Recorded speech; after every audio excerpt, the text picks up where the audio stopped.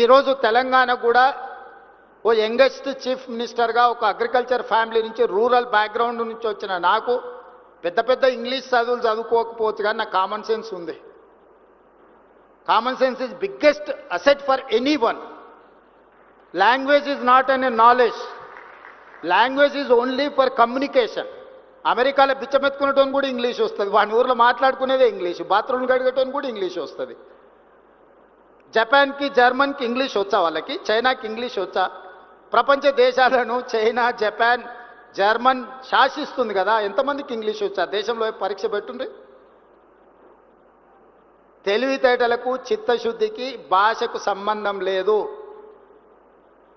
భాష వచ్చిన వాళ్ళందరూ విమానాలు నడుపుతలేరు, భాష వచ్చిన వాళ్ళందరూ రాకెట్లు తయారు చేస్తలేరు. భాష వచ్చిన వాళ్ళు బట్టల షాప్లో బట్టలు అమ్ముతారు, బాత్రూమ్లు కడిగేటోళ్ళు కూడా ఉన్నారు భాష వచ్చిన వాళ్ళు.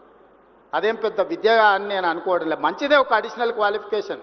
కొందరికి సాంస్క్రిట్ వచ్చు, కొందరికి జర్మన్ వచ్చు, కొందరికి అదర్ లాంగ్వేజ్, అడిషనల్ క్వాలిఫికేషన్ అది.